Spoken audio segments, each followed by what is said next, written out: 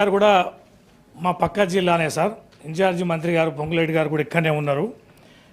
2024 అక్టోబర్లో భారీ వర్షాలు వచ్చినాయి అధ్యక్ష. రాష్ట్రంలో హైయెస్ట్ ఎఫెక్టెడ్ డిస్ట్రిక్ట్ ఉందంటే అది మహబూబాబాదే. బ్రిడ్జిలు తెగినాయి, రోడ్లు తెగినాయి, చెక్ డ్యాములు తెగినాయి, దాదాపు 147 చెరువులు తెగినాయి అధ్యక్ష. విపరీతమైన వేలాది ఎకరాలు ఇసుక మెటలేసినాయి. ఎక్కడిదక్కడనే కొన్ని చెరువులు మాత్రం పూర్తి చేసిండ్రు అధ్యక్ష. ఇక చాలా చెరువుల నిర్మాణాన్ని కూడా వారు ప్రయత్నం చేయలే. రైతులు పంట నష్టపోతున్నామని చెప్పని వాళ్ళు రైతులందరూ కూడా బలుక్కొని పోసుకున్న దాఖలాలు ఉన్నాయి అధ్యక్ష. తెగిన చెక్ డ్యాములు అట్లనే ఉన్నాయి, రోడ్లు అట్లనే ఉన్నాయి. ప్రత్యక్షంగా మంత్రి గారు, మా ఇన్ఛార్జి మంత్రి గారు, వ్యవసాయ శాఖ మంత్రి గారు, మా మహబూబాబాద్ జిల్లా గిరిజన జిల్లా, పేదలున్న జిల్లా, ఎన్ని వేల ఎకరాలలో ఇప్పటికి కూడా ఇసుక మేటలు ఉన్నాయో వారిని స్వయంగా చూడమనండి. ముఖ్యమంత్రి గారు వచ్చిపోయినారు, స్వయంగా చూసారు. ఇంతవరకు రూపాయలు దాఖలా లేదు అధ్యక్ష. అది పోయింది. మొన్న కూడా తుఫాన్ వచ్చింది అధ్యక్ష.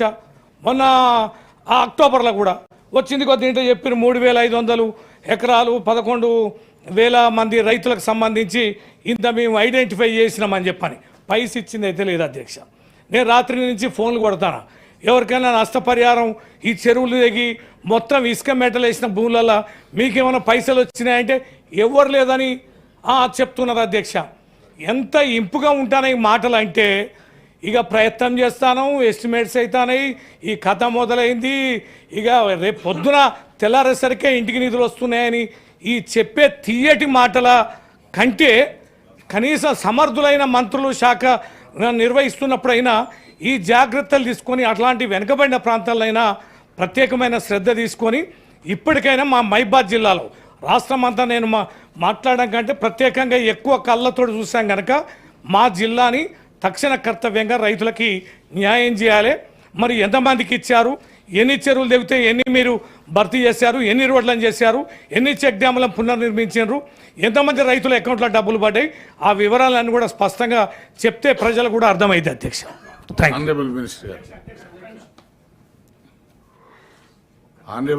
గారు మాట్లాడచ్చా? ఈ యొక్క పంట నష్టం కేవలం ఎన్డీఆర్ఎఫ్ నామ్స్ ప్రకారంగా చేయాల్సి ఉంటుంది అధ్యక్ష.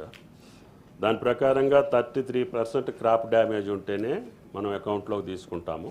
అది క్రాప్ కట్టింగ్ పర్మిట్స్ ద్వారా తీసుకోవడానికి వీలవుతుంది. ఏఈఓస్ ద్వారా, ఎంఈఓస్ ద్వారా ఫీల్డ్ సర్వే చేసే దీన్ని అసెస్ చేయడం జరిగిందని చెప్పి గౌరవ సభ్యులకి మనం చేస్తూ ఉన్నాం.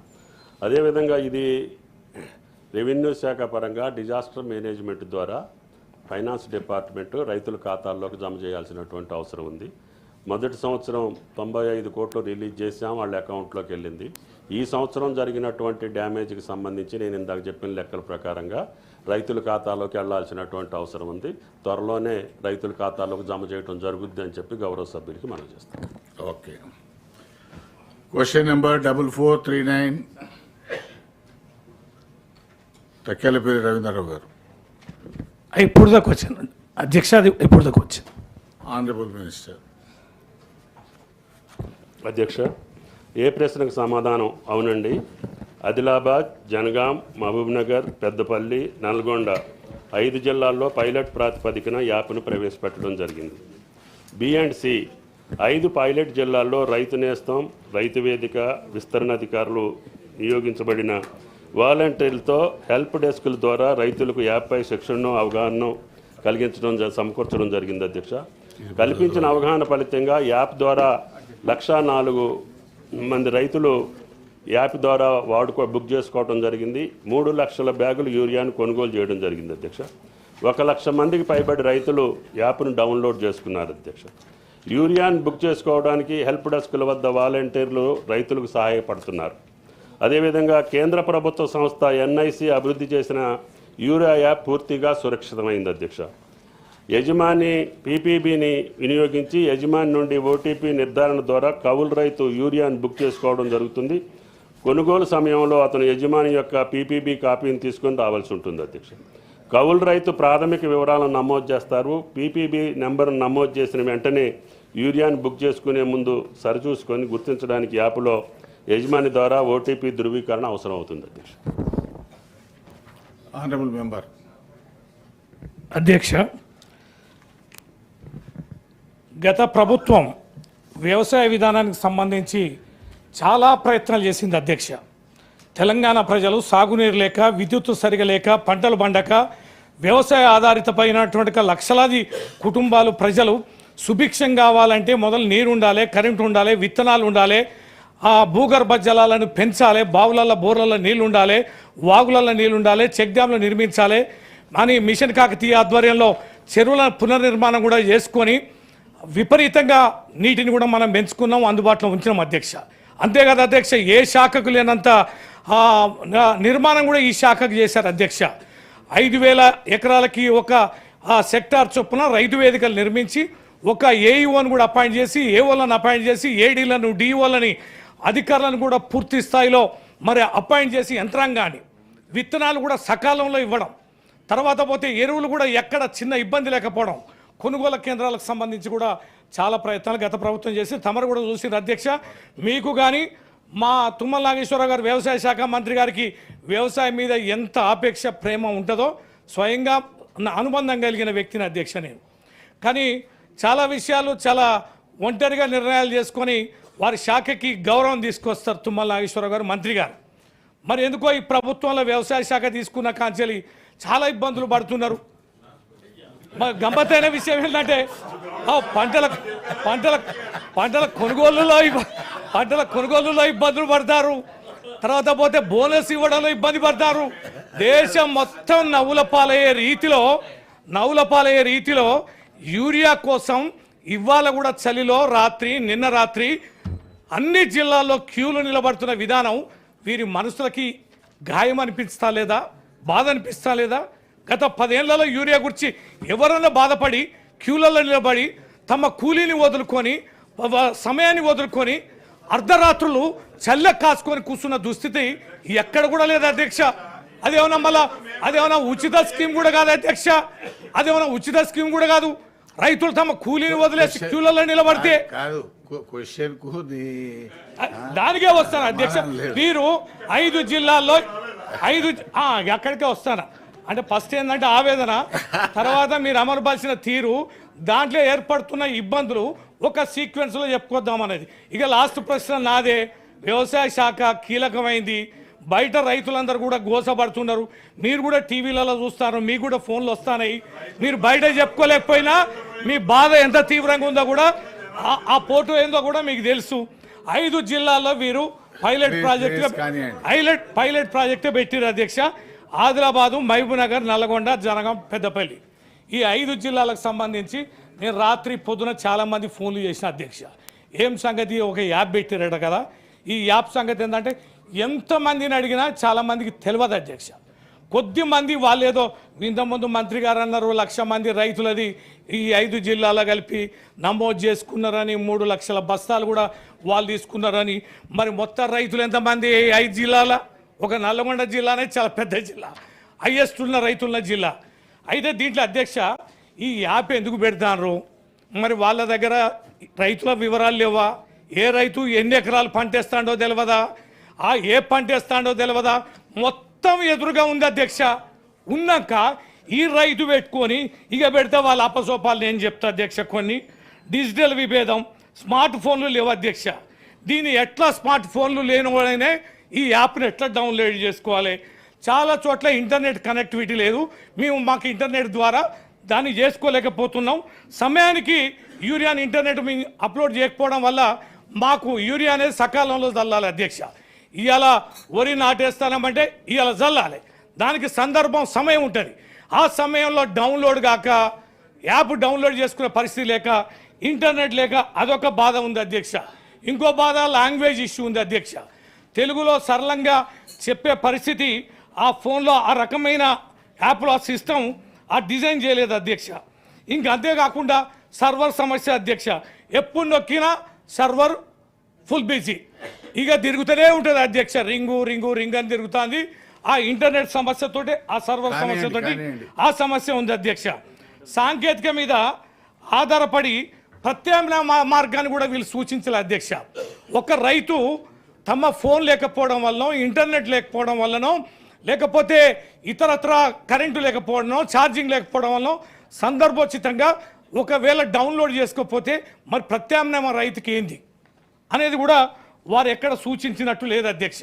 తర్వాత పొరపాట్లు ఏమైనా సర్వే నెంబరో రైతు పేరో ఇంటి పేరు ఎక్కడన్నా తప్పు కొడితే తప్పుగా నమోదైతే దాన్ని కరెక్షన్ చేసే సిస్టమ్ కూడా ఈ యాప్లో లేదని చెప్తున్నారు అధ్యక్ష.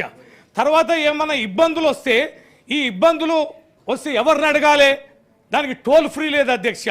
ప్రత్యామ్నాయమైనటువంటి అవకాశాన్ని కూడా వాళ్ళు నేను గయ్యే చెప్తాను అధ్యక్ష.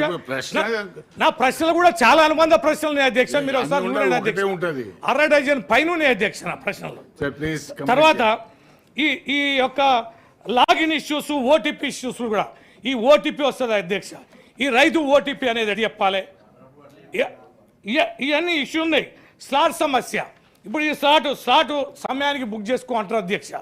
ఆ స్లాట్ అనేటప్పుడు బిజీ బిజీ బిజీ అంటుంది అధ్యక్ష. స్లాట్ దొరకడాలే, దాంతో కూడా కాలయాపన అనేది జరుగుతుంది. ఈ రకంగా సాంకేతిక గ్లిచ్ యాప్ను డౌన్లోడ్ చేసుకోవడం కూడా ఇబ్బంది అనేది వస్తుంది. ఈ అన్ని అంశాలు ఈ యాప్ పెట్టడం అనేది రైతులకు ఒక గుదిబండ. యాప్ను పెట్టడం అనేది రైతులను ఇబ్బంది పెట్టడం, యాప్ను పెట్టడం అనేది బ్లాక్ మార్కెటింగ్ వ్యవస్థకి డోర్లు తెరవడం తప్ప మరొకటి లేదు అధ్యక్ష. విపరీతమైన ఆనరబుల్ మినిస్టర్ గారు ప్లీజ్ ఆనరబుల్ మినిస్టర్ గారు ప్లీజ్. అధ్యక్ష, ప్రశ్న ఏమంటే ఇంత పెద్ద ఉపన్యాసం ఇస్తే మంత్రి జవాబు చెప్తాప్పుడు ఓపిక లేదు. ఏంటంటే నాకు అర్థం కాదు. గౌరవ సభ్యులకు నమస్కారం అధ్యక్ష. ఇది మొన్న పత్తి కొనుగోలు అప్పుడు కేంద్ర ప్రభుత్వం దేశవ్యాప్తంగా కపాస్ కిసాన్ యాప్ అనేది ఒకటి అడాప్ట్ చేసి స్లాట్ బుక్ చేసుకోమన్నారు అధ్యక్ష. నేను అమ్మకానికి ఎప్పుడు రావాలి మార్కెట్కి అని, తప్పకుండా పత్తి రైతులు అంటే పేద రైతులు అధ్యక్ష. అసలు నీటి వనరు లేనటువంటి గిరిజన ప్రాంతంలో 2 ఎకరాలు ఎకరం వేసుకునేటటువంటి గిరిజన రైతులు ఎక్కువ మంది పేద రైతులు ఉంటారు అధ్యక్ష. ఆ పత్తి కొనుగోలులో యాప్ ఉపయోగించుకోవటం మూలాన ఈ సంవత్సరం పత్తి అమ్మకాలు ఎక్కడా కూడా రప్చర్ కాకుండా ఒకేసారి వచ్చి మార్కెట్ మీద పడకుండా రైతులు సక్రమంగా యాప్ స్లాట్ బుక్ చేసుకొని అమ్మారు. దాన్ని ప్రయోగం చేసుకొని యూరియాకి సంబంధించినటువంటి అంశాలు చెప్పాలంటే చాలా ఉంది. గత సంవత్సరంలో ఎన్ని ఇబ్బందులు వచ్చినా కూడా ఈ రాష్ట్రానికి కావాల్సినటువంటి 9,66,000 మెట్రిక్ టన్నులకు సంబంధించి మేము 9,79,000 మెట్రిక్ టన్నులు గత సంవత్సరం కేంద్ర ప్రభుత్వం సహకరించకపోయినా, యుద్ధ వాతావరణంతో సరైన సమయంలో మనకి యూరియా సప్లై కాకపోయినా ఈ రాష్ట్రంలో 9,79,000 మెట్రిక్ టన్నులు మొన్న ఖరీఫ్ పంటకు వచ్చింది అధ్యక్ష. ఈ దాడవకు సంబంధించి కూడా యూరియా కొరత లేదు. మనకు రావాల్సినటువంటి 5,60,000కి ఇప్పుడు 5,70,000 మెట్రిక్ టన్నులు రాష్ట్రంలో ఉంది. కాకపోతే రైతులు ఓపెన్ చేయకముందే తెల్లారుజామున వెళ్ళి నుంచున్నారు, క్యూలో ఉన్నారు అని అంటే 1-2 సెంటర్లో జరుగుతుంది. 12,000 సెంటర్లో డీలర్స్ దగ్గర కానీ ప్యాక్స్ దగ్గర కానీ రైతులు యూరియా కొనుగోలు వెసులుబాటు ఉంది. కలెక్టర్లు ఎంత అడిగితే అంత మార్కెట్ ద్వారా యూరియా ఈ రాష్ట్ర రైతాంగానికి సప్లై చేయడానికి రాష్ట్ర ప్రభుత్వం సిద్ధంగా ఉంది. ఈ రోజు కూడా ఇంకా 2 లక్షల టన్నులు బఫర్ స్టాకు ఈ రాష్ట్రంలో మార్కెట్ దగ్గర ఉంది అధ్యక్ష. కాబట్టి ఎక్కడో 15,000-20,000 సెంటర్లలో 2-3 సెంటర్లలో రైతులు ఆదుర్దాపడో లేకపోతే కావాలనో షాప్ ఓపెన్ చేయకముందే వెళ్ళి క్యూలో నుంచుంటే దాన్ని రాజకీయం చేసి పబ్బం గడుపుకోవాలంటే అది సాధ్యం కాదు. కాబట్టి దయచేసి శాసనసభ్యులు కావచ్చు, పెద్దలు కావచ్చు, ఎవరైనా సరే రైతుల్ని ఈ యొక్క సిస్టమ్ ద్వారా యూరియా డైవర్షన్ ఎక్కువైతుంది అధ్యక్ష. సుమారు 1000 ఇండస్ట్రీస్ ఈ రాష్ట్రంలో యూరియాని వేరే రూపాల్లో వాడుకునేటటువంటి పరిశ్రమలు ఉన్నాయి అధ్యక్ష. అది ఇండస్ట్రియల్ యూరియా కొనాలి. అది 2,300, 2,400 ఉంది అధ్యక్ష ఇండస్ట్రియల్ యూరియా. కానీ వాళ్ళు భూమి లేనటువంటి రైతులకు పంపించి క్యూలో నిలబెట్టో లేకపోతే వీళ్ళ ద్వారానో వాళ్ళ ద్వారానో యూరియా డైవర్షన్ అవుతుంది. వ్యవసాయానికి కాకుండా యూరియా అనేక మార్గాల ద్వారా దుర్వినియోగం అవుతుంది, రైతుకి కష్టం జరుగుతుంది. రైతు అవసరం ఉన్నప్పుడే తీసుకునేటట్టుగా స్లాట్ బుక్ చేసుకొని ఆయన భూమికి తగ్గట్టుగా యూరియా ఇవ్వాలనేది ఆ యొక్క కిసాన్ యాప్ ద్వారా ఏదైతే మనం అనుమతి తీసుకున్నామో పైలట్ ప్రాజెక్టుకు మాత్రమే 5 జిల్లాలు పెట్టాము. అది కూడా కేంద్ర ప్రభుత్వ సంస్థ నిర్వహిస్తుంది. టెక్నికల్ ప్రాబ్లమ్స్ కొద్దిగా ఉన్న మాట వాస్తవం. అన్ని భాషల్లో ఉంది, తెలుగు లాంగ్వేజ్ కూడా ఉంది. ప్రతి షాపు దగ్గర కూడా మా ఏఈఓ కానీ ఫెసిలిటేటర్ కానీ అక్కడ పెట్టాము. ఆయనకి ఏ ఫోన్ లేకపోయినా కూడా వీళ్ళే బుక్ చేసి ఆ ఓటీపీ ద్వారా రైతుని సంప్రదించి ఎమ్మటే ఆ రైతుకి యూరియా ఇచ్చేటటువంటి సౌకర్యం ఏర్పడింది. నేను కూడా రైతు నేస్తంలో రైతులను కూర్చోబెట్టి ఇక్కడి నుంచి వాళ్ళని అడిగాను, అధ్యక్ష యాప్ ఉండటం అవసరమా వద్దా, మీకు ఏమైనా ఇబ్బందులు ఉన్నాయని చెప్పి. అన్ని సెంటర్లలో కూడా రైతులు మాకు ఇది సౌకర్యంగా ఉంది, మేము ఎప్పుడంటే అప్పుడు బుక్ చేసుకొని వెళ్ళుకొని తెచ్చుకునే అవకాశం దొరుకుతుంది. కాబట్టి పైలట్ ప్రాజెక్ట్ కాబట్టి దీంట్లో ఏదైనా టెక్నికల్ ప్రాబ్లమ్స్ వచ్చినా వితిన్ 3-4 డేస్లో దీన్ని సెట్ చేసి రైతు సక్రమంగా వెళ్ళి సరైన సమయంలో ఆయన యూరియా తెచ్చుకునే సౌకర్యాన్ని ఈ రాష్ట్ర ప్రభుత్వం కల్పిస్తుంది. మీరు అంత ఆందోళన చెందాల్సినటువంటి అవసరం లేదు. క్యూలు అంటే చెబుతున్నా నేను, క్యూలు అంటే చెబుతున్నా సార్ అధ్యక్ష, 19వ సంవత్సరంలో కూడా క్యూలో నిలబడి మనుషులు చచ్చినటువంటివి ఉన్నాయి. నేను ప్రభుత్వాలను విమర్శించడం కాదు, రైతులకు అక్కడ ఆదుర్దా కొద్దీ లేకపోతే ఒకేసారి వెళ్ళి తెచ్చుకోవాలనే కోరిక కొద్దీ వెళ్తుండొచ్చు. కానీ షాప్ తీయకముందే క్యూలో నిలబడితే షాప్ ఓపెన్ చేశాక గంటలో క్లియర్ అవుతుంది, 1 అవర్లో క్లియర్ చేస్తున్నాం. అన్ని యంత్రాంగాన్ని కూడా అక్కడే మోహరించి స్పెషల్ ఆఫీసర్లు వేసి జిల్లా కలెక్టర్ ఆధ్వర్యంలో మీ కలెక్టర్ని అడగమనండి, ఈ సాయంత్రానికి ఎన్ని లక్షల మెట్రిక్ టన్నులు మీకు కావాలో సప్లై చేసే బాధ్యత ఈ ప్రభుత్వాన్ని. కాబట్టి మనమే దాన్ని ఆ రైతులను ఆందోళన పెట్టి వాళ్ళని గాబరా పెట్టి వాళ్ళని ముందుకు తీసుకురావాలని దాని ద్వారా లబ్ధి పొంది మళ్ళీ మనం బతకాలనుకుంటే అది సాధ్యం కాదు. కాబట్టి దయచేసి గమనించాలని చెప్పి విజ్ఞప్తి చేస్తాను. All the papers are deemed to have been placed and